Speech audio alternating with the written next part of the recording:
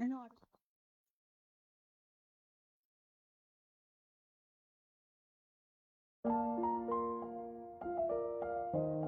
Maybe request everyone na lang po to silent na lang po yung phone po natin para po hindi tayo makaabala sa magle-lecture later. At kung iaangat po natin yung upuan, make sure na lang po na iangat po natin, wag po nating hilahin para po walang ingay. Ano po? Mag-start na po tayo in a while.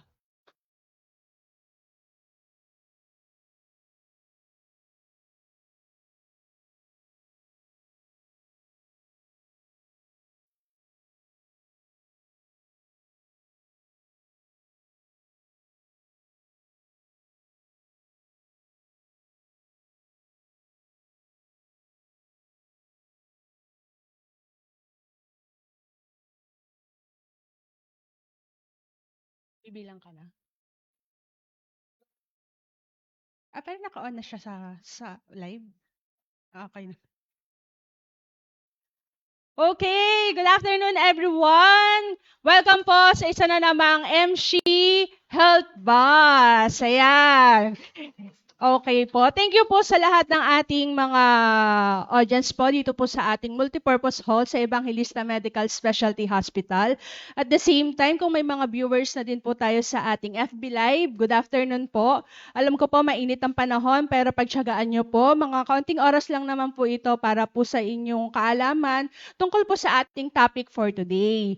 Ang ating pong health buzz na sinaselebrate po natin in Hypertension Awareness Month po. Since May po ngayon, yan po yung ating lecture po ng ating guest speaker later, all about hypertension. So magpapakilala lang po ako. Ako po si Miss M.A.Y., Miss May. Hello po sa inyong lahat. Welcome po sa atin pong mga co-employees na naka-tune in din po. Shout out po sa lahat sa accounting department na ngayon ay busy-busy. At may ginaayos lang po sila pero sa kapakanan nating lahat yan. At sa lahat po ng mga naka-tune in pa po, ayan po, dyan lang po kayo, dito lang po kami. Ano po, kung may mga questions po kayo, pwede po tayong magtanong memaya. I-chat nyo lang po iyan sa ating chat box sa ating FB Live para po naman maitanong po natin sa ating guest speaker for today.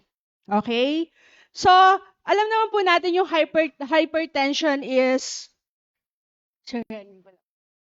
So, alam naman po natin yung hypertension sa ngayon ay malawak na alam naman po natin kasi familiar naman tayo dyan kasi yung mga magulang natin, usually, tapos ngayon, pabata ng pabata yung nagkakaroon ng hypertension. So ano po, so yung hypertension po ngayon, ang team po nila ngayon sa awareness campaign po nila is to know your numbers, which aims to enhearten everyone to have their blood pressure checked and measured. So hindi, sa mga hindi pa po nakakapag-check dyan, baka alam nila low blood sila, pero baka naman mataas na din pala yung kanilang BP. So yun po yung kanilang team sa ngayon, yung 2024 po. At saka yung National Hypertension Awareness Month po is the opportunity not only to campaign to have your blood pressure checked, but also to check other health risk factors. So marami po yung mga factors katulad po ng blood sugar and cholesterol to ensure the healthy body. So ngayon po, yung ating guest speaker later, magdi-discuss po siya, magle-lecture po siya tungkol sa all about hypertension na malalaman po natin later. So to begin po with our program, may request everyone to let us stand for a prayer to led by our Operation Coordinator, Head and Customer Support and Service Department, Miss Gracie Sarmiento. Good afternoon, everyone. May we bow our heads to give reverence to our Lord God. Let's pray. Dakilang Diyos na dakila sa lahat, maraming salamat, Panginoon Diyos, sa hapong ito, Panginoon Diyos, that you gather us, Panginoon, to have a knowledge, to gain lessons about hypertension. I am praying, Father God, na ikaw magbigay ng wisdom kay Dr. Castillo, Panginoon Diyos, upang mabigyan kami ng kaalaman tungkol sa hypertension. And all throughout, Panginoon Diyos, na aming session ng training, ng speak ng Dr. Castillo, Panginoon, ay samahan niyo po kami. Dalayan ko ang pag-iingat niyo, Panginoon Diyos, sa bawat sa amin. Ito po amin sa madalangin, sa matamis na pangalan ng Panginoon Sus. Amen.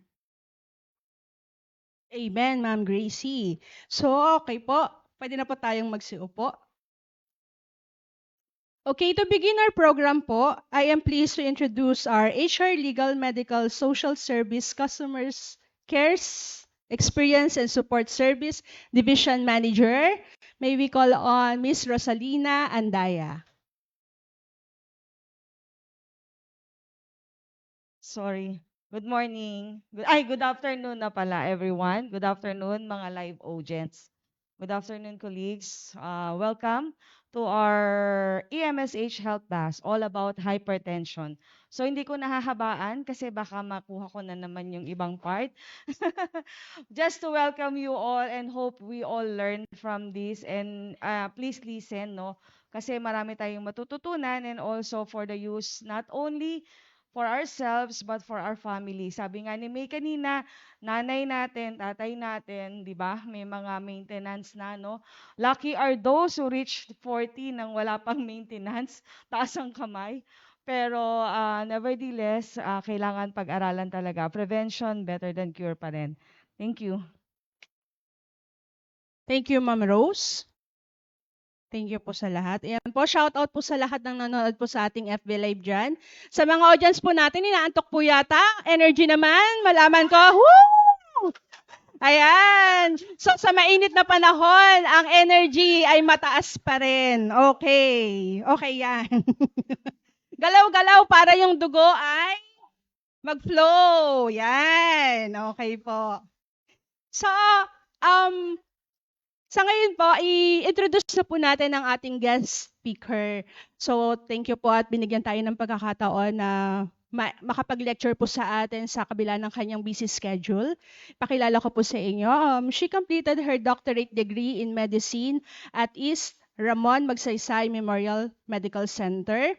She served her residency training in internal medicine and also completed her fellowship training in adult cardiology at the Medical City. And now she is one of our IM cardiology consultant at Evangelista Medical Specialty Hospital. Ladies and gentlemen, let's all welcome Dr. Katrina G. Castillo. Doc, the floor is yours.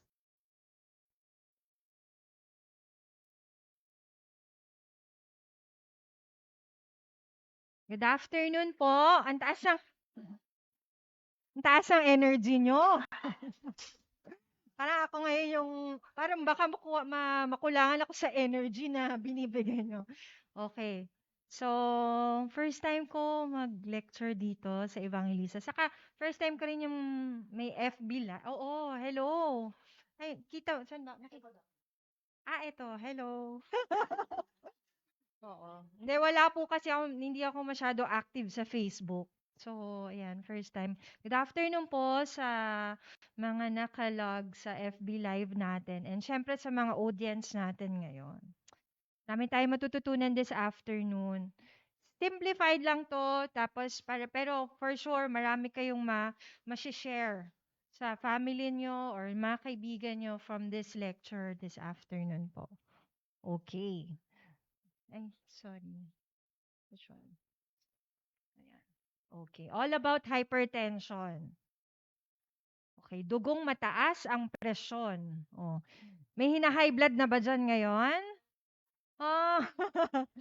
Oo. Lalo na ngayon, sobrang init, no? So, most of my patients po ngayon, pagdating doon, pag binibipi na ni Ate Cors, lahat high blood, no? Because of the extreme heat. Okay? Dito ba sa room na to, meron bang mga naka-maintenance medicine na? Pag-uusapan natin later yan, ha? Okay. So, presyon ng dugo. Okay. Kadalasan maririnig nyo sa mga doctors nyo yung ugat, no? Mataas po yung pressure sa ugat. So, kasi sa katawan natin po, there are many arteries or blood vessel, yan din yung tawag. Pero, commonly, sasabihin yung ugat. So, doon sa katawan natin, meron tayong certain pressure po sa katawan. And pag mataas to, ito na yung sinasabi nating high blood ka or high blood pressure. Ito yung lakas ng pwersa o tulak na dumadaloy na dugo sa dingding ng ugat o blood vessel, sa blood vessel wall. Okay. Very common to tinatanong sa akin. So, sa BP po natin, how do you do the pointer po? Pointer. Okay. So, para lang sa basic lang, no? Ito po yung systolic, ito yung diastolic. So, 120/80, that's our blood pressure.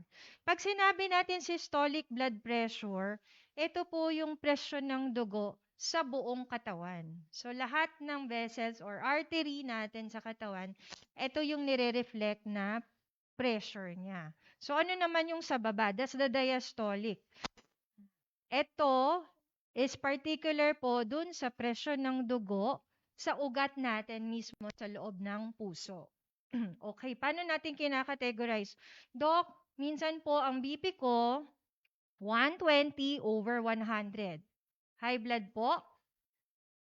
High blood kasi yung diastolic niya ay 100. Doc, ang BP ko ay 140/80. So 140 na systolic, mataas, pero normal ang diastolic. High blood o hindi? High blood pa rin. Kasi po, meron po kasi iba't ibang klaseng hypertension. Sa medyo bata, ang tawag natin diastolic blood pressure. Diastolic hypertension. So, ang kadalasang makikita nyo, yung diastolic mataas. Pero pag medyo may edad na, mostly mga 60 and above, dito sila, no? Ito yung 140, 150, minsan nagto-200, pero yung diastolic nila, it's normal. So, ganun po yung difference natin.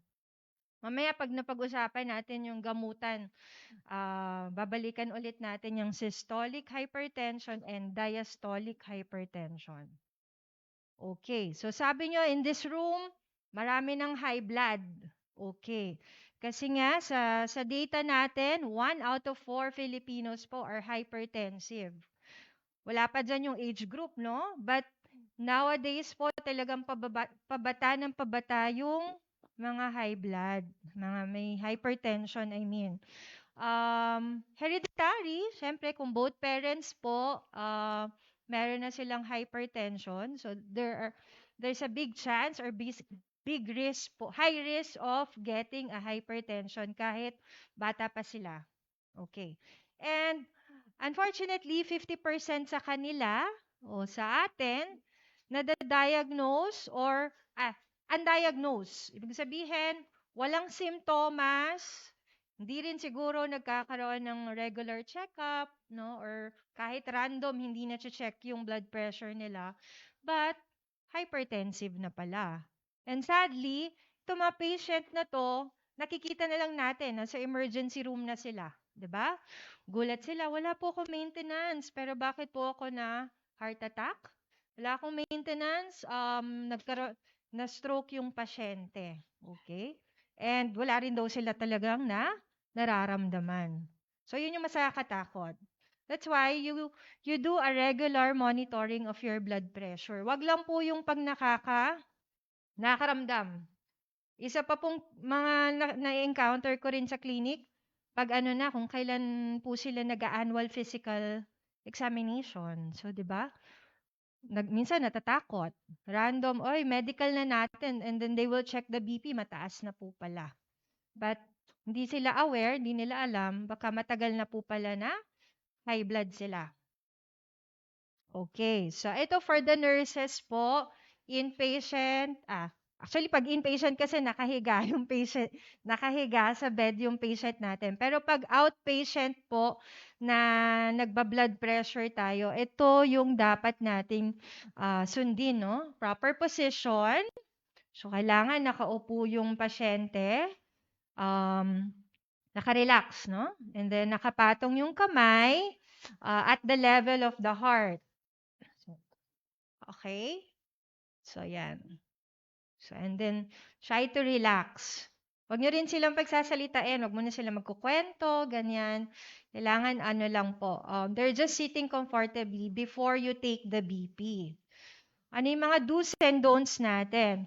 Una, huwag magpapa-BP kapag yung pasyente just finish smoking, no? Galing sa labas, nag-smoke, tapos i-BP sila agad. Wag muna. Let it wait po for 30 minutes or more.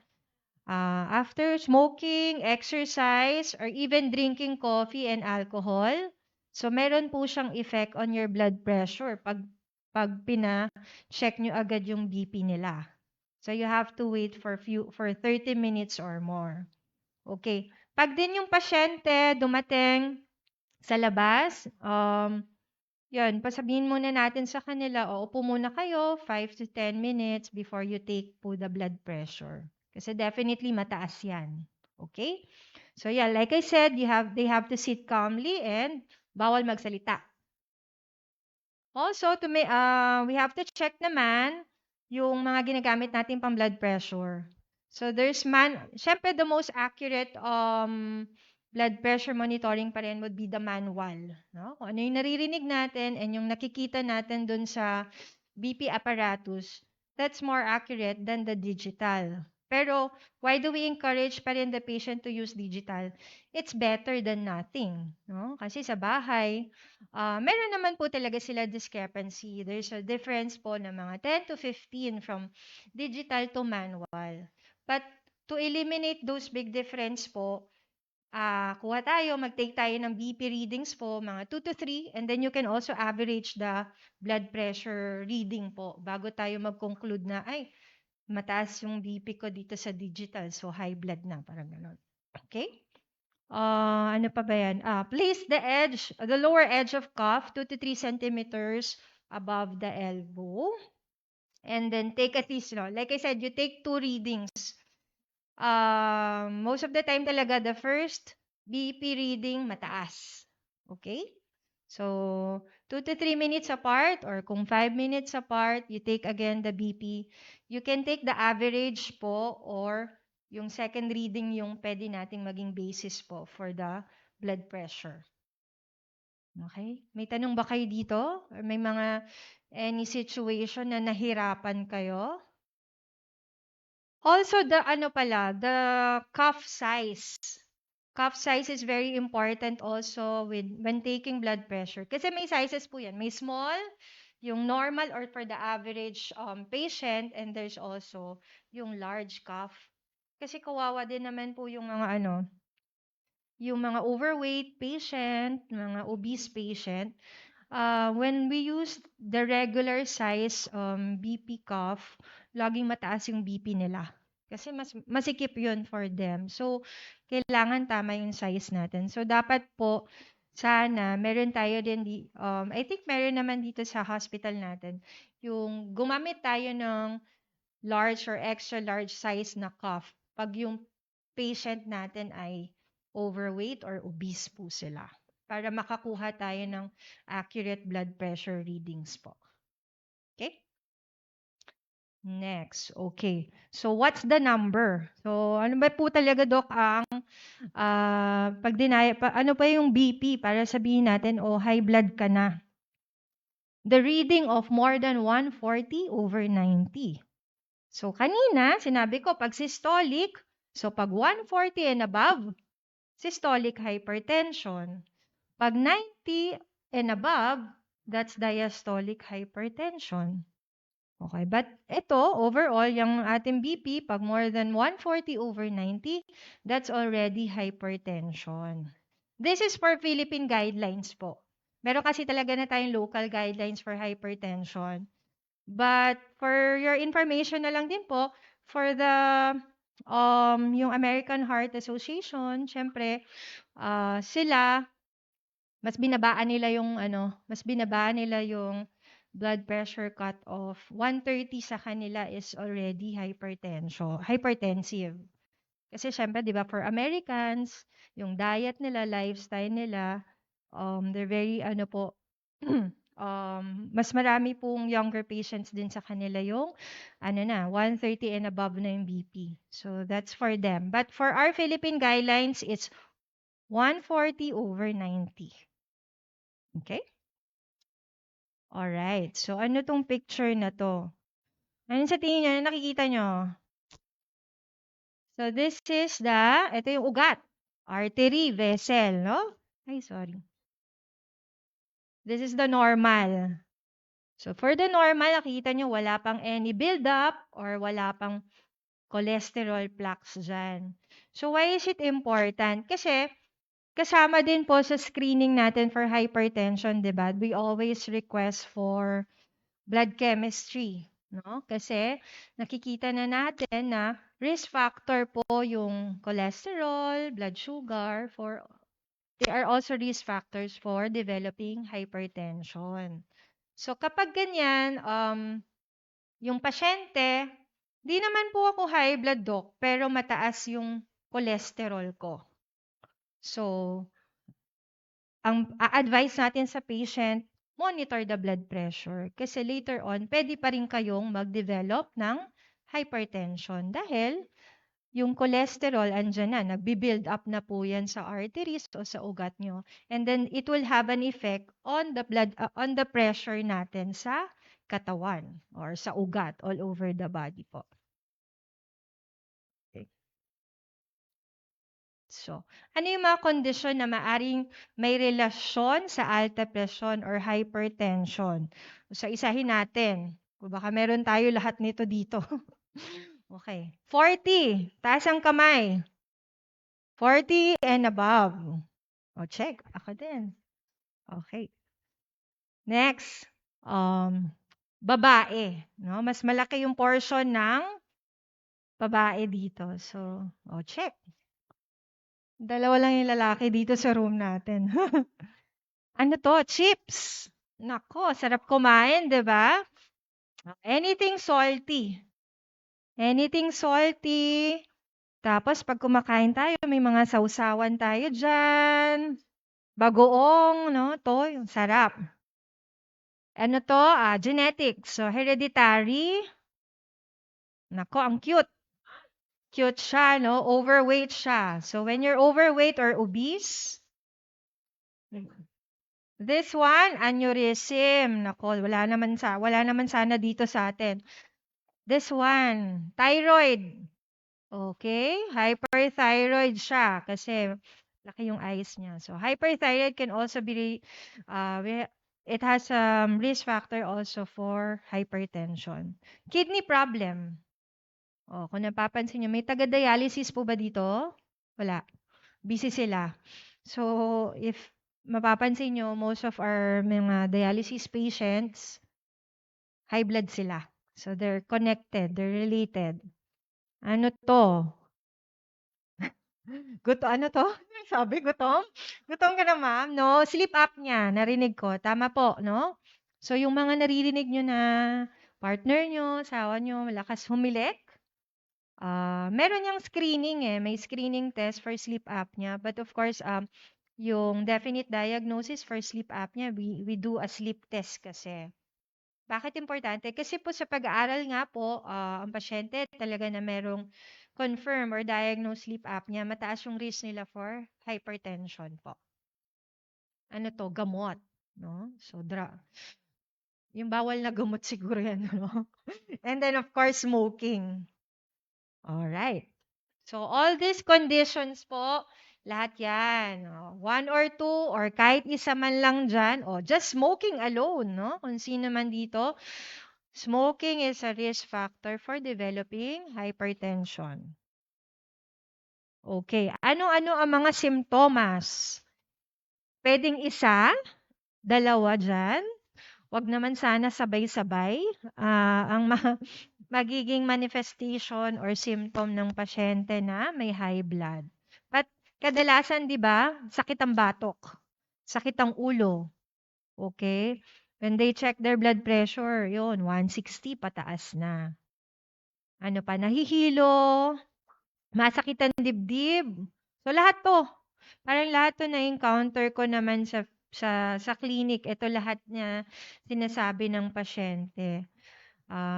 Pagkahapo or hirap sa paghinga, pinapawisan ng malamig o merong panghihina, ano pa, nagmamanas na sila, and then umiihi ng dugo, sakit sa tiyan, convulsion, pagdudugo ng ilong, pagsusuka, and then panlalabo na ng mata. Okay, 1 or 2, Pwede pwede niyong i-observe sa mga symptom and then you check. Baka high blood na po tayo, baka high blood na kayo. Okay? Alright. So, pag ang pasyente na diagnose o ng hypertension, hindi lang naman tayo magbibigay ng gamot, no? O ito, inom kang gamot, magno-normal ang BP.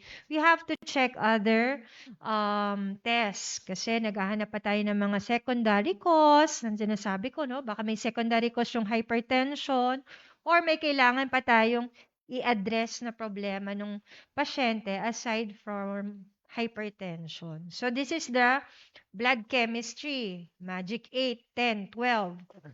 O ano man ang magic dyan.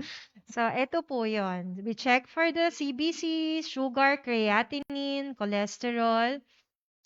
We also check for liver enzymes, uric acid, and then electrolytes. Urinalysis is also important kasi dito nakaka-screen agad tayo pag may proteinuria yung pasyente. Masiscreenan natin sila, baka meron pala silang kidney problem, no? Yung CKD. ECG, yes, no? By ECG, makakita na natin kung ang pasyente nagkakaroon ng tinatawag na enlargement, no? Suspected enlargement or hypertrophy as effect of hypertension po. And, syempre, physical examination and yung talagang blood pressure monitoring po. Usually, I always advise my patient po, no, mag-monitoring sa bahay. Kasi, may patient po na pagdating lang sa clinic sila high blood. Kasi natatakot, no? Ang tawag doon, white coat hypertension. Basta daw makakita sila ng any medical staff, i-BP sila, high blood na, natatakot. So, iba yung BP sa bahay kasi you're on a comfortable environment po. Or meron naman pong kabaliktaran. Sa bahay sila high blood. Pero pagdating sa akin, sa clinic ko, parang na-relax na sila, nakakita na sila ng doktor. So, yun nga, iba-iba po. So, but ano lang doon, yung take-out lesson lang doon, you monitor your BP po. No? Okay. Dito tayo sa diet. Ang dali kong sabihin sa pasyente, mag-diet ka. Pero I think ito yung pinakamahirap na gawin nila eh. Oo, kasi sarap kumain. Okay, for this diagram, daming numbers, no? Kung isa-isahin natin, nakalagay lang naman dyan, ilan ba, hindi ko naman po sinasabing hindi na tayo kakain eh. When I say diet, magbabawas lang. Kasi yung pasyente ko, sige, hindi na po kakain ng kanin, hindi na po kakain ng ganito. Hindi po. Magbabawas tayo. Kasi yung portion na ginagawa natin sa pagkain, yun, malaking bagay na po yun para mag-lose ka ng weight. At the same time yun, mabawasan natin yung mga talagang bawal. Like, particular lang naman po ako is yung sa salt, no? Magbabawas tayo ng maalat and mamantika. Paano naman, Dok, sa kanin? Ay, sa kanin. Sa kanin naman po kasi, okay, hindi kumakain ng kanin ng pasyente, pero ang dami namang tinapay. Di ba parang parehas lang? So, there's a number of servings din po kasi. Pag lahat naman tayo siguro nagpe-Facebook, nag-Google, no? Marami kayong pwedeng magamitin na diagram or guide lang naman sila. Or if you really want, meron din tayo, magpapagawa tayo ng diet prescription sa ating nutritionist.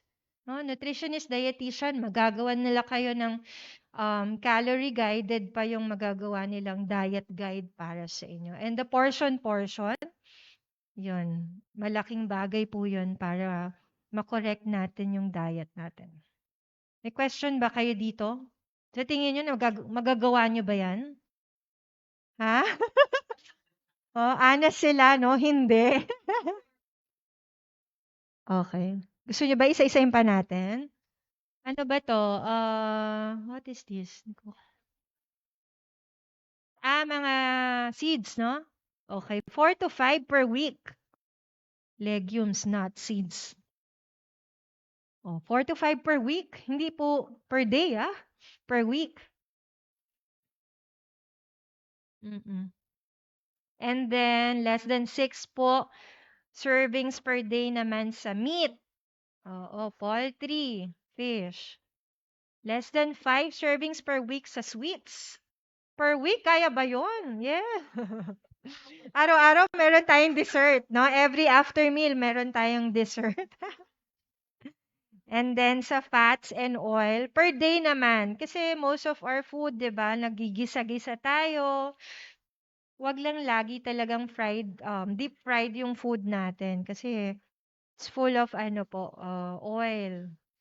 Dairy products, 2 to 3 per day ang serving. Fruits, okay. Ito naman, dito ko sa patient ko, 4 to 5 servings of fruit per day. So, meaning kung kumain ka ng saging sa umaga, isang pirasong saging, isang piraso sa tanghali, isa sa almusal, tanghali at hapunan. Hindi isang piling. 'Di ba? Kasi may prutas pwede naman 'to, okay daw 'to. No? There's still a number of servings po na kailangan lang natin per day. Okay? And sa vegetables, 4 to 5 per day 4 to 5 per day. Then lastly, 6 to 8 servings per day ng whole grains. So dito lahat pumapasok, kanin, tinapay. Dok, okay ba kung brown rice? Sabi ko sa kanila kahit anong kulay ng rice nyo. Pero kung half lang or 1 cup, okay na po 'yun. Kahit white rice 'yan. For the bread, 'di ba? Mas mahal kasi if we buy the wheat, the brown rice, the red rice, mga ganun. Gagastos pa tayo. Eh di, i-portion nyo na lang yung regular white rice, ganun. That's for the practical lang ha. Sinasabi ko po sa inyo na pwede nating i-follow sa bahay. Okay. Nako. Yung mga naka-duty, di ba bawal, di ba toxic pag pag kumakain ng noodles pag duty? So yan, 2 grams of sodium or less than 5 grams of salt per day. Mas relate kayo dito sa 5 grams of salt. Yung 5 grams po is equivalent po sa 1 teaspoon. So imagine 1 teaspoon, kung gagamitin natin yun sa lahat ng niluluto natin per day, baka wala nga talagang lasa yung kakainin natin. But that's the ideal para iwas tayo sa alta presyon o sa high blood. Okay. Oy, drinks. Oy, kuya. O, ayan. Dok, pwedeng uminom? Pwede. Pero hindi po tayo magpapakalasing. Okay? Para sa mga lalaki, nakalagay dyan, 2 drinks. Para sa mga babae, 1 drink a day. Pero ito yung dapat dami lang. Okay, kuya, ate? Ang beer, 1 can lang. Okay. Wine, Dok. Gusto ko mag-wine. May patient ako, Dok, nag-wine ako gabi-gabi. Yun pala, nagagalit yung asawa kasi 1 bottle of wine pala yung iniinom niya. Sabi ko pwedeng mag-red wine. Hindi ko sinabing buong bottle. So, 1 glass of red wine lang naman po. Every night. Diba? Hindi ko alam kung saan papasok ang soju dyan. Soju. No? Pero, yan. So, brandy or yung mga hard drink po, pwede siya. But you should follow this amount per day. O per night pala, wag naman per day, iinom ka na umaga pa lang. Wag na. Okay. Ito favorite ko. Exercise. Sabi ko sa patient ko, Mommy, Daddy, exercise tayo. Walking lang tayo. 30 minutes to 45 minutes a day. Dati nga, sabi ko pa nga minimum 3 times a week 3 times a week. Pero ngayon kasi nag-change na rin yung guidelines natin. 30 minutes pero moderate. Ano yung moderate? Hindi na po yung lakad na. Ang papasok sa moderate intensity kasi yung brisk walking. Hindi yung naglalakad na nagdadaldal, nagchichikahan, hindi gano'n, no? Kasi very light lang yun. Para tayong ano, ang brisk walking, I always tell my patient, para pong may humahabol sa inyo. Or parang nagmamadali kayo. So that's the pace of your walking po. Gawin nyo yun 30 minutes po. Minimum of 30 minutes. Dok, ang dami ko ng trabaho sa bahay. Linis ako ng linis. Exercise na rin yun. Ang tanong ko naman, o sige, pumayat ba tayo? Nabawasan ba yung timbang mo? Nag-ano ka ba?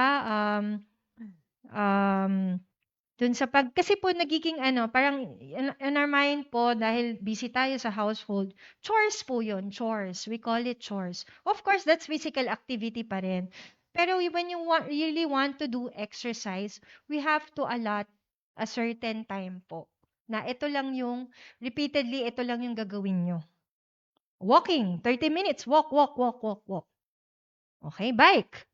Mag-bike kayo, stationary bike. You can watch in front of the TV, yung K-drama nyo, kung ganun, para tumagal kayo sa biking nyo. O di maganda, mas magiging ano po yun on your health. There's a good impact on your health. Okay? Ano pa? There. Okay. Dito naman tayo sa komplikasyon at kinahihinatnan, no? Ano mangyayari sa atin pag meron tayong hypertension? Ang daming senaryo. High blood ako na hindi umiinom ng gamot or walang nararamdaman. High blood ako, may gamot ako pero kulang. Or high blood ako, may gamot pero hindi rin naman nagmo-monitor. So hindi mo rin alam kung tama na ba yung gamot, sapat na yung gamot niya or hindi. So those are the scenario. From head to toe, dami po tayo magiging complication related to hypertension. So for the brain, syempre, number 1 na dyan, stroke. Diba? Kakakita tayo sa ER, unconscious na dinadala, unwitness na, basta bumalagta na lang yung pasyente, yung pala na stroke na. Okay? Ano pa? Aneurysm. So nabanggit ko na rin to kanina. Memory lapses, pwede rin po yun, no? You can develop early dementia or kakalapses na tayo, memory lapses tayo with presence of hypertension. Panlalabo ng mata, na-mention na rin natin to kanina, and then yung sleep apnea. Okay. Next, sa chest, so sa heart, mainly sa heart po. Kakaroon tayo ng chest pain. Dok, masakit dibdib ko, mabilis akong hapuin, konting lakad. Yung iba, yan, pag tinatawag nating arrhythmia, nagkakaroon na sila ng mga irregular heartbeat, no? Na nakikita na lang natin sila through ECG. Ganito na pala yung abnormal ECG nila. Okay? Next. Kidneys, no? So, yun nga, nabanggit ko na rin to kanina. Kidney problem can also lead to hypertension or vice versa. Pag hypertensive ka, uncontrolled, it will also have an effect on your kidney function. Okay. Dito na tayo sa gamot. So, kanina may mga nag-raise ng hand, no, nakagamot. Ilang gamot? Yung isa, meron ba dito kung naka-control ng BP ng isang medication? Konti lang. 2. 2. 3. Wala naman. Okay. So, buti po, no, you're controlled ang BP with one medication, but most of the patients now, they're on dual combination na po. Pero ganoon na rin naman po kasi yung so hindi lang nag-incorporate ng mga guidelines, but yung guideline po natin ngayon is on dual combination na po ng gamot sa hypertension. So, binibigyan ng losartan, amlodipine, o kaya yan. Dami po, no? Lahat po yan are all medications for hypertension. Pero ang inaano ko lang sa mga patient, iba-iba naman po kasi. So, iba yung, for example, ang patient on losartan with amlodipine, ang ganda na ng BP. Dok, bakit si ganito? Losartan amlodipine lang, ang ganda na ng BP. ba't ako? Ba't ako ang taas-taas pa rin ng BP, tatlong gamot na gano'n. Iba-ibang patient din, iba-iba rin din yung mga comorbidities nila. So hindi po natin puwedeng i-compare yung one patient to another. Magkakaiba rin po kasi tayo. Okay? But the most common po talaga, nakikita niyo rin naman 'yan sa medication ng mga patients natin, they're on losartan, amlodipine. Dosing din magkakaiba ha. Iba yung dosing ng losartan 'pag binigyan ng telmisartan o ng irbesartan. So, dapat din po siguro maging familiar lang din tayo, especially dun sa mga NOD natin ha. Kasi minsan baka yung patient din nalilito sila kung ano ng dose ng gamot, iba yung nabibigay sa atin. Pero sinusunod lang naman, minsan nasusunod natin or basta i-double check natin yung name and the dose of the medication. Kasi naka-rely din kami 'pag sa monitoring natin sa chart na ba't ang taas pa rin ang BP niyan. So, we need to make adjustment po sa dose ng mga medications nila. Okay? Side effects ng mga gamot, yan naman dapat dini-discuss na ng doktor po yan dun sa pasyente. What to expect. O pag uminom ka nito, ito yung babantayan natin. Pwede magkaroon ka ng ganitong reaction. So, iba-iba pa rin po ha. Yung mga side effects ng gamot can happen to me pero hindi sa'yo. Or it can happen to you pero hindi sa akin. So, it's important that you have a communication and regular checkup with your doctor once on your medication. Kasi may mga ibang patient na resetahan na ng gamot, nawala na, hindi ko na nakita or nag-follow up sa outpatient. So, hindi na natin alam. Hindi na natin na-follow up kung ano na nangyari sa kanila. Okay? Ano ba yung last name ko? I think, ito pa pala. Issue, okay. O sige. Related to the medication pa rin pala to. Mga commonly asked questions, Doc, pwede bang hatiin yung gamot? So, to be honest po, pag nagre-reseta ako, hindi ko po alam kung ano yung may scored. Hindi ko alam lahat. Hindi ko po alam kung lahat may ganyang scored tablet siya. Kasi pag scored tablet po, it was designed po na pwede siyang hatiin. So, halimbawa, si losartan, Doc, 100 mg scored tablet. So, pwede natin siyang i-take na half. Anong purpose nun? Pwede naman makatipid. Diba? Kasi mas mura siya kung kakalahatiin nyo. Yun lang naman. Or, kailan po pwedeng inumin? Nilalagay naman po ng doktor sa reseta pang umaga, pang tanghali, pang gabi. So, sundin natin yun kasi yung effectivity ng gamot, lalo na pag once a day po, 24 hours eh. So, kung babaguhin natin yung oras, yung rhythm, tas magche-check kayo ng BP, hindi natin makukuha kung yung effect talaga ng gamot. Pag pinabalik ko sa clinic, ano yung kadalasan na BP mo sa umaga? Ano yung BP mo sa gabi? Kasi doon ako nag-a-adjust po ng timing at dosing ng gamot based dun on the monitoring po. Ano tong atay at bato? Okay. So, may mga tanong, Dok, ang dami ko ng gamot, baka masira yung kidney ko o yung atay ko. So, din pumapasok nga yung regular follow-up, especially the blood chem, no? Ano naman po, lagi nating ini-include yung creatinine, saka yung liver enzymes. Tama naman po, kasi all the medicines that we're taking po, they usually metabolize po sa bato, kidney, or sa atay. Pero, kaya nga natin minomonitor. Kasi kung, isa rin po nating isipin na yung fear nyo na masira yung atay o bato dahil you're taking the medicine is the same fear dapat na maisip nyo kapag high blood ako tapos hindi ako umiinom ng gamot. So, pwede rin naman, magkakaroon din kayo ng problema sa atay or sa liver if di rin naman tayo iinom ng gamot. Okay? Alright, next. Anong maaaring kahinatnan na hindi tuloy-tuloy ang pag-inom ng gamot? I think, kasama na rin to kanina dun sa mga kondisyon na pag-usapan natin. So, heart attack, stroke, dialysis patient, you can lead to dialysis. pagkabulag, and then hospitalization, amputation. So siguro this is kasama na din yung diabetes, disability, and then of course death, no? Kasi unfortunately pag biglaan na lang nangyari, ano na, too late na. Okay?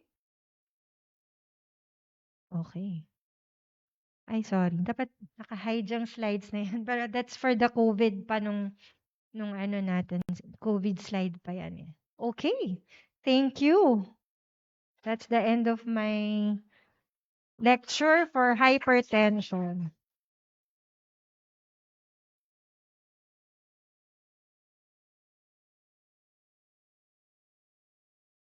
Okay. Okay. Sige, meron lang kaming ano ba daw? Commercial. Next. Ay, sorry.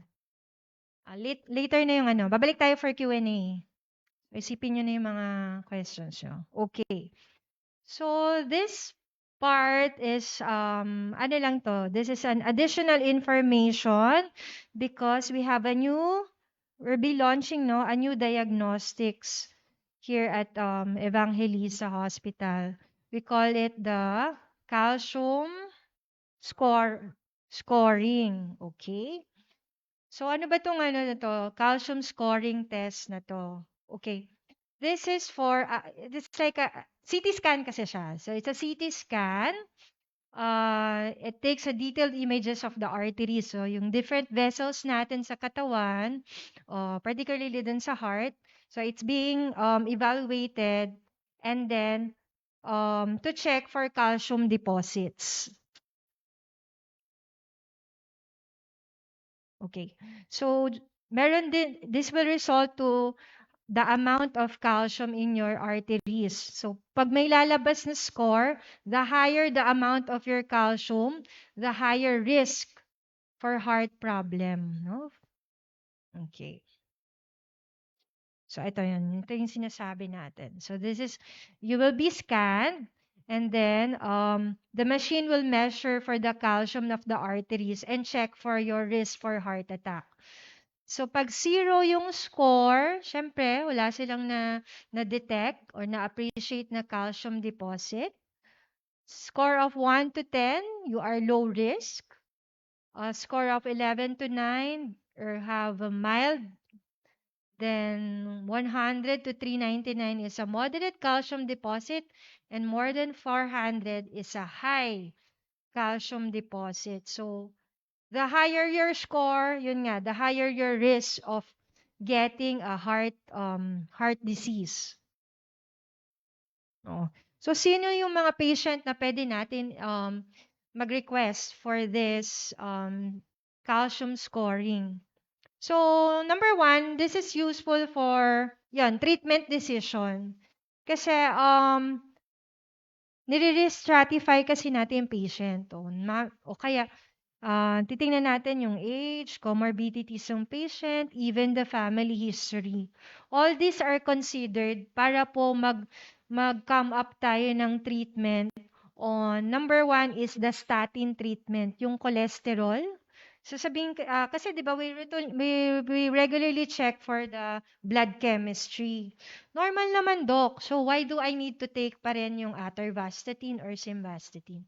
It's because of this. Kasi nag-preventive siya. We give the statin or the cholesterol medicine as preventive medication in developing coronary artery disease.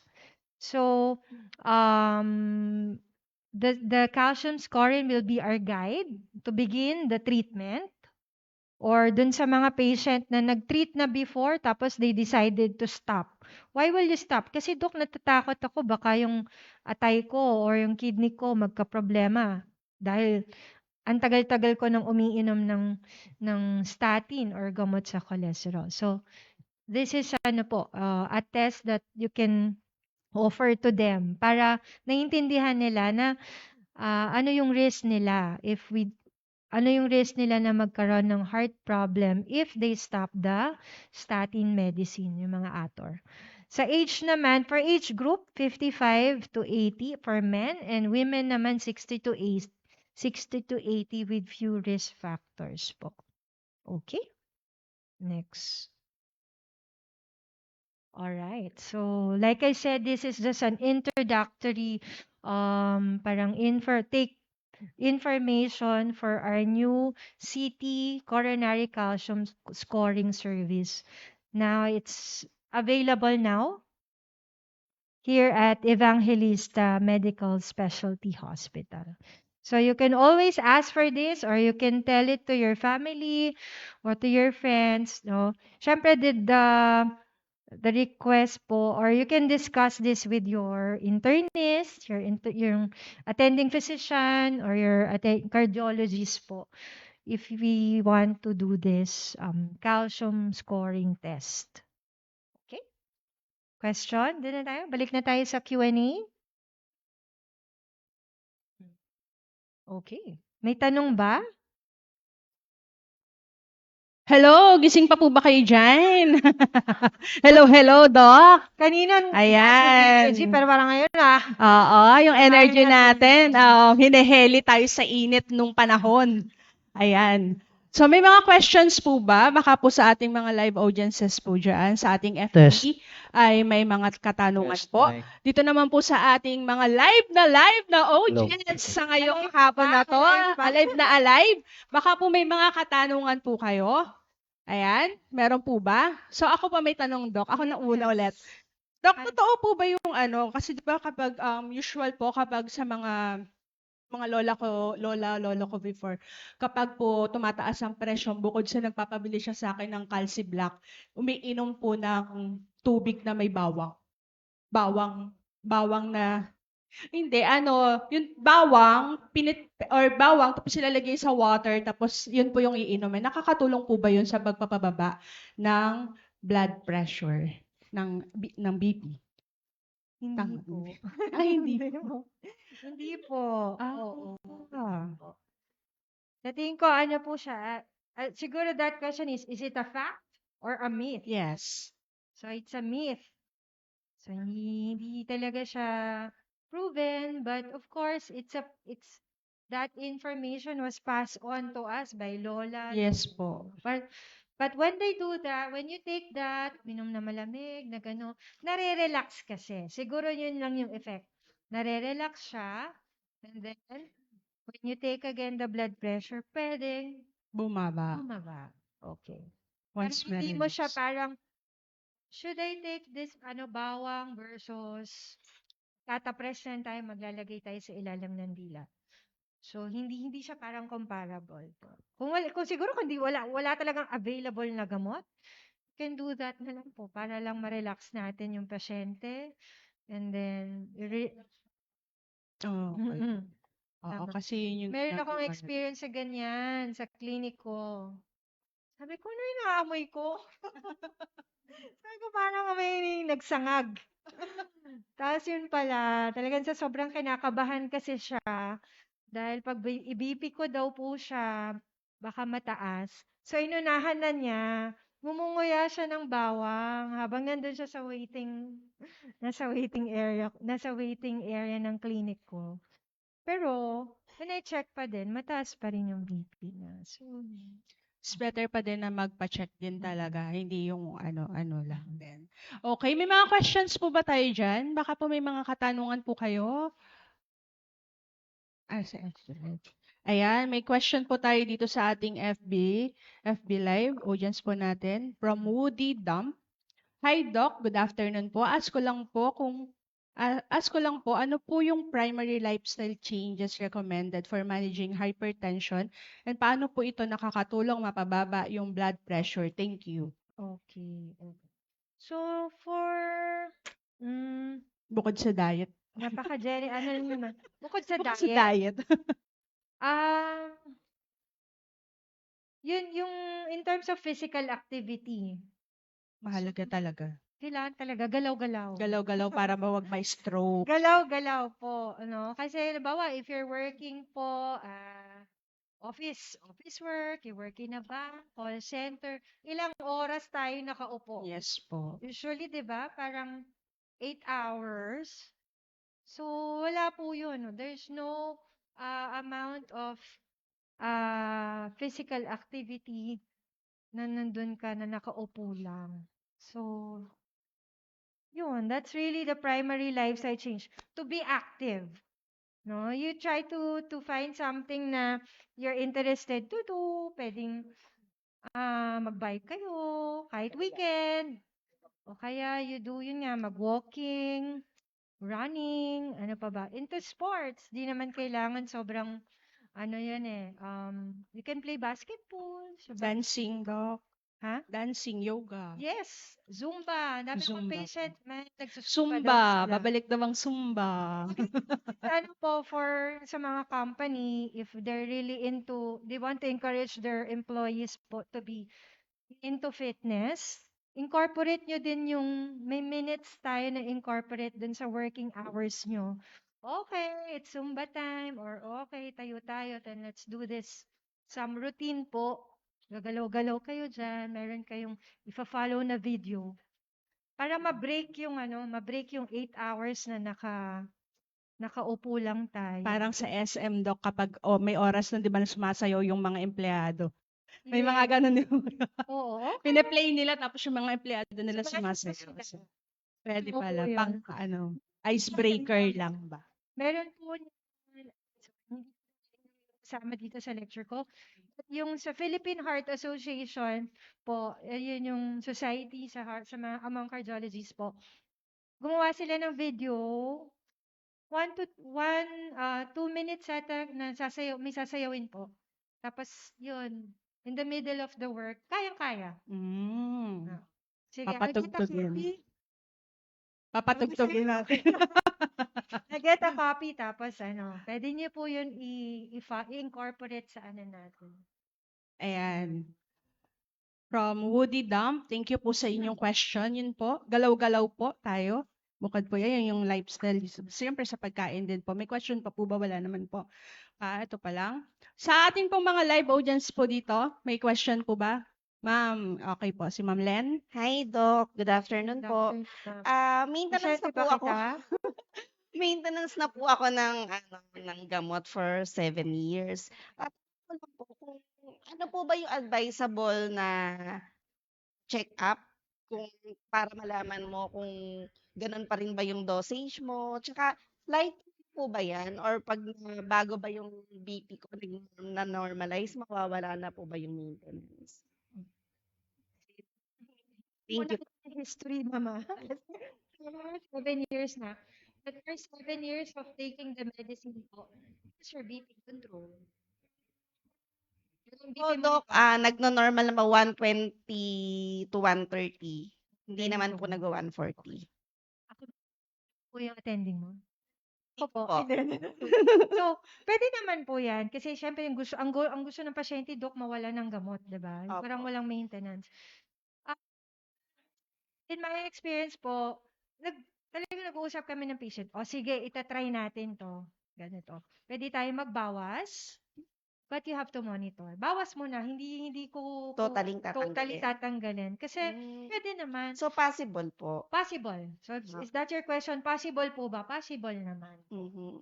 For the checkup po, 3 to 6 months, you see your doctor, you do the blood chemistry, no? Kasi with blood chemistry, may mataas na dyan pero wala kang symptom.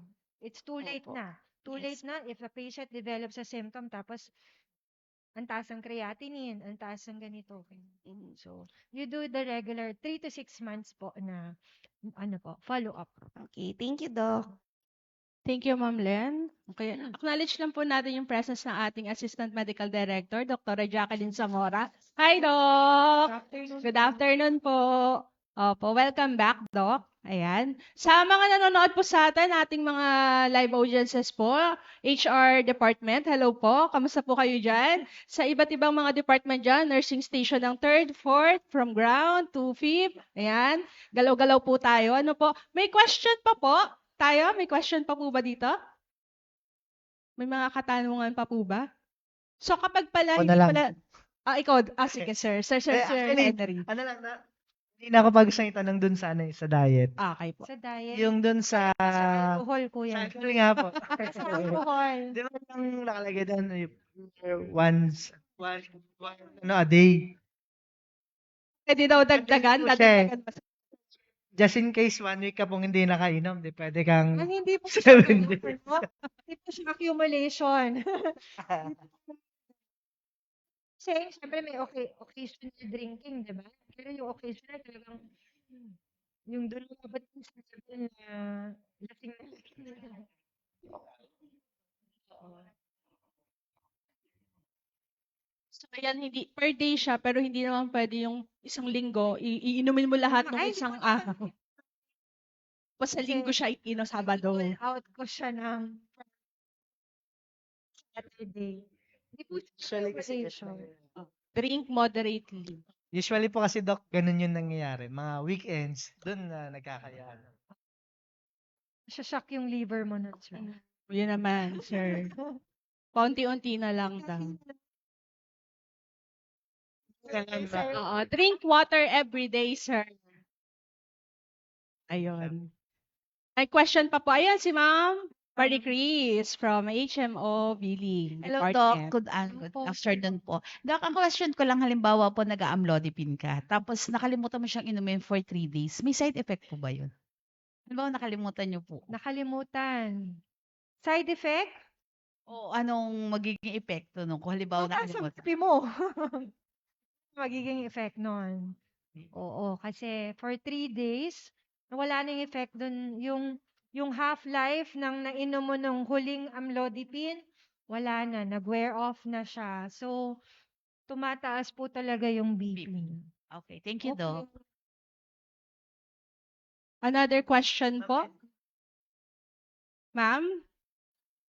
Kapag po ba high blood, pwede po bang mag-exercise pa po? Kasi baka lalong tumaas yung BP. Pwede yan daw. Okay, yes, pwedeng-pwede po, no? Actually, makakatulong yung exercise, makontrol pa yung hypertension. Okay. So, ang ano lang natin muna, number 1, if you're on medication, hypertensive po kayo on medication, controlled po ba kayo on medication? So, that's the first question. Because, naturally po, when you do exercise or any physical activity na nabigla ka or you're not used to doing it, tumataas po talaga yung BP. But to a certain extent, no? Delikado lang yung halimbawa, naglakad, umakyat ka pa lang ng hagdan kasi hindi ka pala, yun yan, hindi ka pala exercise, tapos biglang nag-shoot up na from 130, shoot up na siya to 160, 170. Kasi nga, hindi sanay yung katawan mo for that physical activity. Okay? Pero pag magiging regular ka mong ginagawa, you're doing the exercise regularly, yung pagtaas ng BP mo, hindi po siya ganun magiging kataas yung jump ng blood pressure po, even if you exercise. Okay? Another question po? Question po si Ma'am Noreen. So, Pero Mama, ako na po magka-question. Ma'am Noreen. ibigay mo kay Ma'am Noreen. Yung question Ikaw, niya kasi hiyawa ka. parang nangyari din sa akin this year na kay Doc Santos ako nagpa-check up. So, nahiya. Na Kailan tayo sa bakit daw po ward, ma'am? usually nakikita ko po niya sa mga patients na nagtitake ng amlodipine na minamanas yung paa. Kasi nangyari din po sa akin to. First time lang po nangyari sa akin. Pero hindi na po naulit. Hindi na po ako bumalik kay Doc Santos.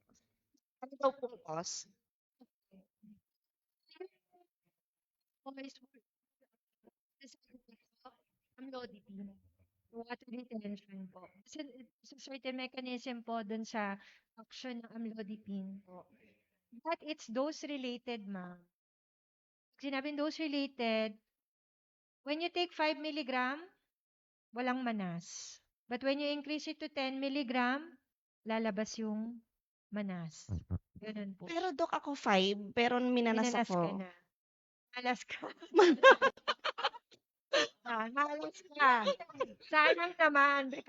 Hindi, yun yung sinasabi ko sa patient, sayang naman because talaga yung amlodipine for BP control, but at 5 mg, nagmanas ka na, we have to change po.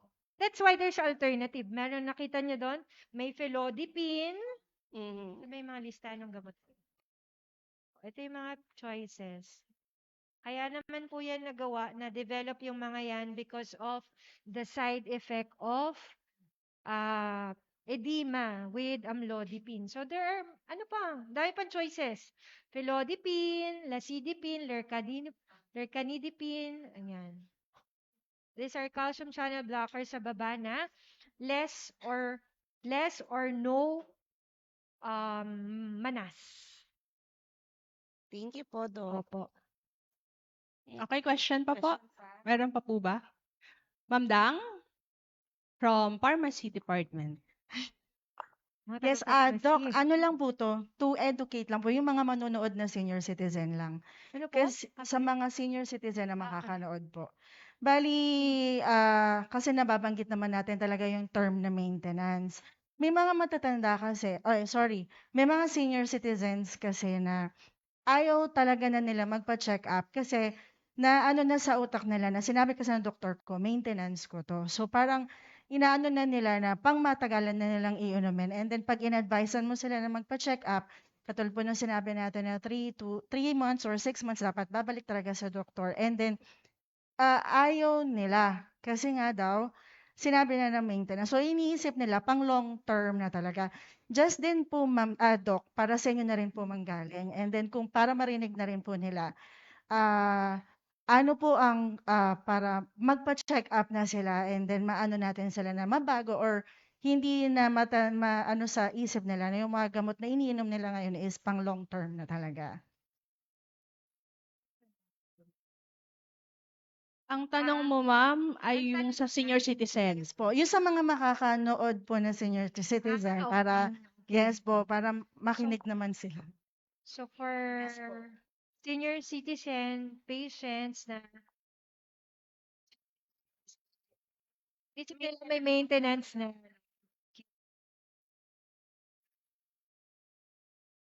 yung long term na pagtitake na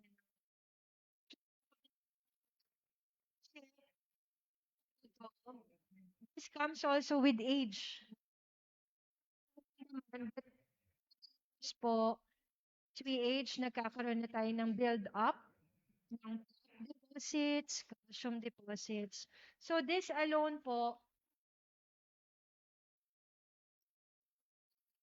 kung develop hypertension and unfortunately, yung pasyente na po siyang mag-keep ng medicine kasi actually when we become elder, maganit, yung time na maganit yung mga ugat.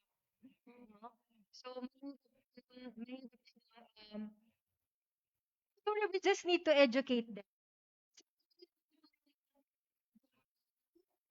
So the family members din po, together, i-educate natin si senior citizen, si mommy, si lola, si lolo na kasi gusto natin makaiwas for ah, yung mga serious complication pag hindi po tayo nag-take ng gamot. Particularly, for example, sa hypertension. So, hindi man natin sila tatakutin, pero yung complication ng heart attack, complication of stroke, yun po yung pine-prevent natin. Kaya natin sila pinag-take ng medicine po.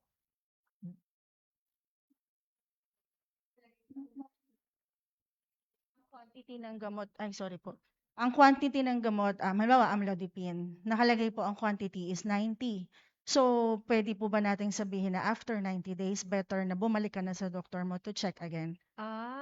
Okay. Oo. Ganyan nga po. Yes, ma'am. Kasi nga, kaya natin sila ina-encourage bumalik. Like 3 months, the minimum na po, no? Minimum 3 months. Kasi gusto natin ma-check, o kamusta na? Anong effect nung naging pag-inom nyo ng gamot? Meron po bang naging side effect or nagkaroon ba kayo ng ganitong symptom? Kamusta yung BP nyo? And also, we are checking din sa laboratory. Kasama yun sa nire-request namin ng mga doktor. Kidney function, liver function, because they're on medication. Meron kasi po talaga na 'pag nabigyan mo, yung iba, di naman papa-check up, pero iniinom ng Yes, yun dire-diretso. ganun po Kundi talaga. pa sila sitahin sa pharmacy na, "Uy, sobra pong tagal na po nitong reseta niyo. Kailangan niyo nang bumalik sa doktor." Opo, Saka lang po sila bumabalik, bumabalik. totoo po yan. Ayun, medyo nakakatakot din po kasi yung gano'n. Kaya dapat tama po 'yun sa pharmacy side, gano'n po din ini-implement din ng Mercury 'yun 'no. 3 months lang, eh, so you should go back to your doctor na po. Kaya po, yun, Doc. Thank you po. Kasi yun nga po, para po marinig din po ng mga makaka-nood po nito na senior citizen na galing po mismo sa inyo para. Nagagalit ba sila? Opo, kasi minsan hindi rin po Question Mga from Ma'am pharmacist. Gracie Sarmiento. Yes.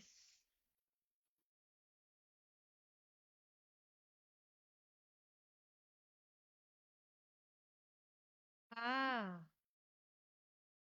Yung pong plaque na yan na nagbi-build up po, matigas yan, no? Walang medicine. Walang medicine para matunaw siya. Kasi, ayun na, narinig ko, angioplasty, yes, stenting na. Kasi pag nagbara na po yan dyan sa ugat natin, sabi na, pag nabara na yan, ayun o, sobrang sikip na, ayan na lang po yung dinadaluyan ng dugo. Oo. The purpose of stenting po, pinapasok dyan sa ugat, hinahawi siya on the side. Hindi po naman talaga yung kinayod at tinanggal, no? Stenting is para to pave the way po para mag-flow na ulit yung dugo dun sa ugat natin. And unfortunately, yung iba, there are cases po, hindi kaya ng angioplasty. So, bypass tayo. That's the open heart surgery na. Masikip or totally barado na, gagawa na ng bagong daanan. Gagawa ka ng skyway or overpass. Ganyan. Mahal yun. So, ngayon siguro, oo. So kaya dapat umpisa pa lang bago tayo dumating sa ganyan ay mag-exercise, mag-diet na tayo, mag-exercise. Yes. Diet, lifestyle modification. So, syempre, that includes yung exercise. Tapos, ano yun nga, nire-restratify tayo. Pag sinare-restratify, nag-chinek na, hinistoryhan na kayo ni doktor, take tayo ng statin or take tayo ng antiplatelet, yung mga ganun. Kasi primary prevention po yung tawag natin doon. Hindi natin naantayan na mag-heart attack na bago tayo nag-start ng medication. So, may mga gamot na we can start na po as primary prevention. Okay, may question pa po ba? Okay, siguro last question na po ito from Ma'am Lut. Yes. Pwede magbara? Sorry, pwede pang?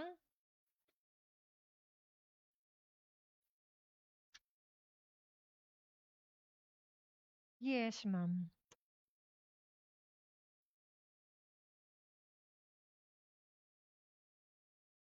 Pwede po yun, ma'am. Pwede pa. Hanggang ilang stent.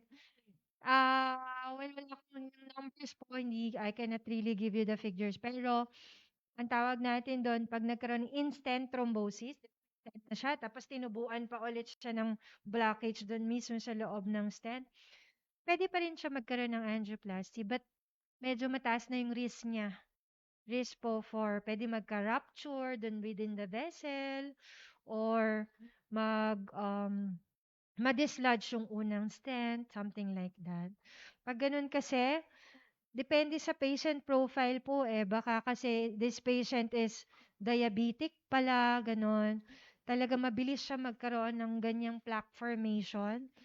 Bypass is it's a better recommendation po pag ganun.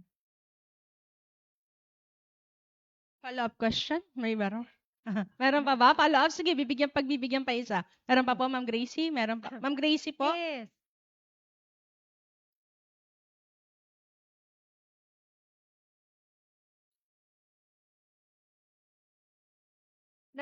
yung gamot nag-harden sa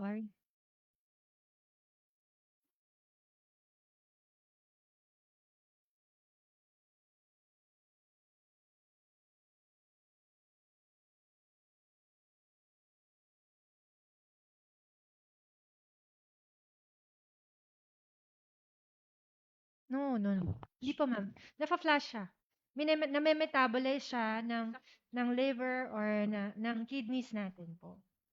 Oo. So, kaya natin chine-check yung regularly chine-check natin yung kidney function and liver function. Kasi, pag nagkakaroon na po ng problem doon tayo nag-aano ng medication. Oh, we have to stop this na kasi eto na yung function ng liver mo, or let's change na po kasi hindi na kakayanin na ma-metabolize ni kidney yung ganitong klaseng gamot. So, yun. Pero hindi siya yung parang, when yung iniisip niya magsistay sa katawan niya, no? Mawala yun.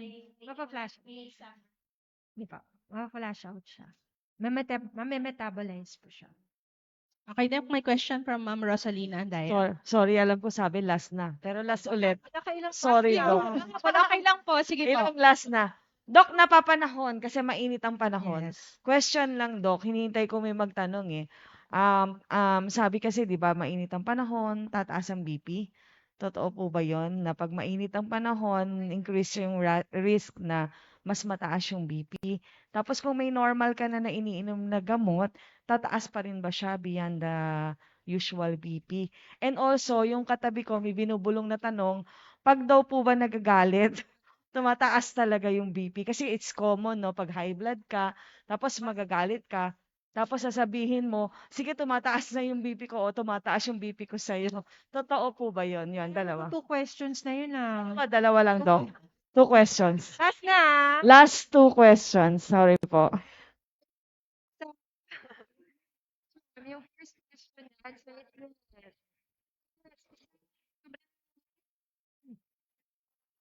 Yung sobrang init, you feel uncomfortable, day, kilo. So, it's one form of stress in the body. Pag respond yung BP mo, tataas kasi. No. If you're taking medication, tataas pa ba? Pwede din, ma'am. Kasi iba yung condition, iba yung ano natin ngayon, yung weather, no? So, check mo na lang. Kabaga, you take your medicine regularly po rin, but you check your blood pressure. Kasi, pwede tayong mag-adjust for the meantime na ganito yung situation natin. Pwede natin i-adjust muna yung dose. Or meron tayo minsan as needed pag ganito nakataas. Okay. Yes, ma'am. Second question, di ba nasagot ko na? Nagagalit. Oo naman, ma'am.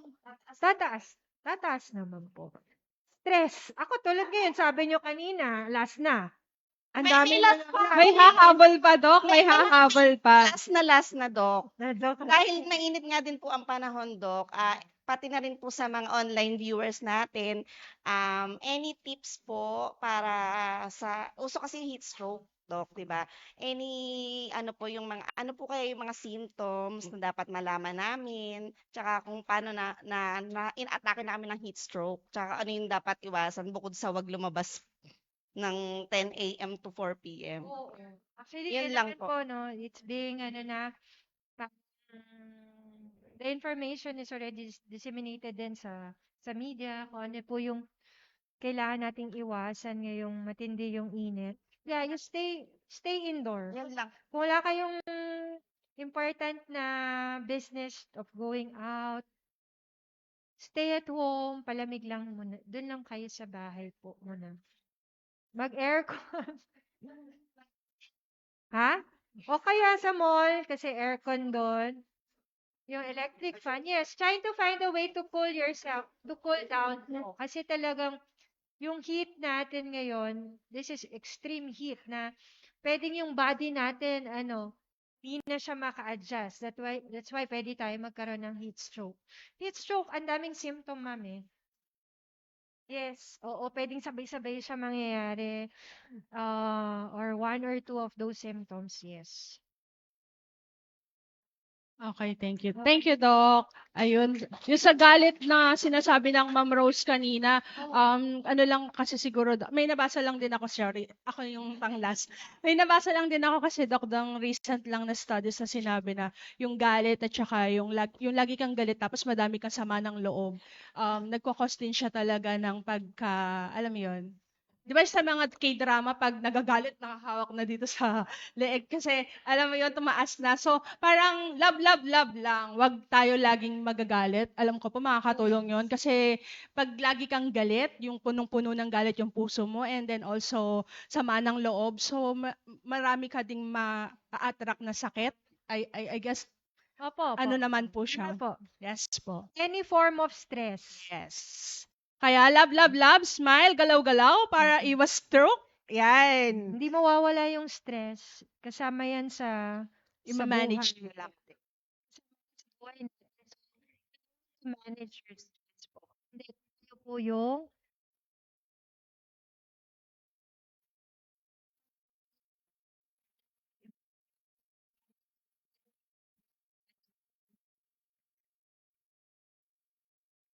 Dahil po dyan, Doc.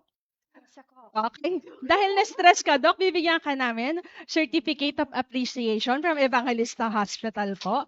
Certificate of Appreciation proudly presented to Catarina G. Castillo, MD. This is to certify that Catarina G. Castillo, MD has been recognized for her outstanding contribution as a guest speaker for MC Health Bus episode entitled All About Hypertension in celebration of Hypertension Awareness Month held on May 15, 2024 at Evangelista Medical Specialty Hospital Incorporated.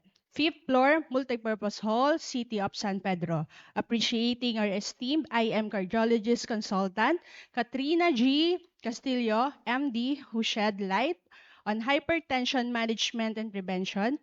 Her invaluable insights empower us in our collective journey towards better health and well-being. Her expertise, passion, and dedication significantly contributed to the success of the event, inspiring positive action towards public health. Signed by Dr. Cecilia C. Evangelista, Hospital Medical Director, and our President, Mr. Eduardo F. Evangelista. Thank you, Doc. Palakpakan! Thank you, Doc.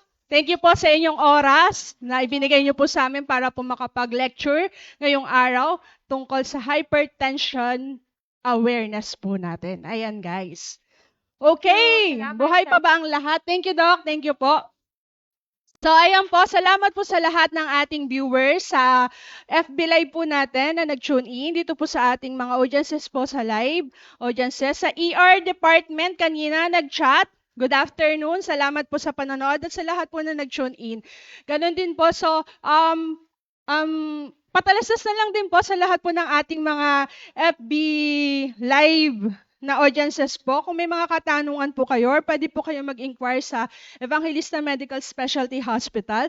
You may call po 8808-1829, information local number 101 or 116, or pwede po kayo mag-direct line po sa 0998-994-6491. Also, ito po, introducing our new City Coronary Calcium Scoring Service. Yung sinabi po ni Doc Castillo kanina, available na po iyan sa Evangelista Medical. And other po, sa Matom, CT scan, 192 slices po. Tapos po, meron din po tayong ENT diagnostic sa lahat po ng hindi pa po nakakaalam. Pwede po kayo mag-inquire para po sa iba't ibang serbisyo na ibinibigay na po ng Evangelista Medical Specialty Hospital. Ngayon po, salamat po sa lahat. Thank you po sa another episode na natapos ngayon. Ang ating MC Health Bus. Thank you. God bless. Bye-bye po. Thank you, Doc.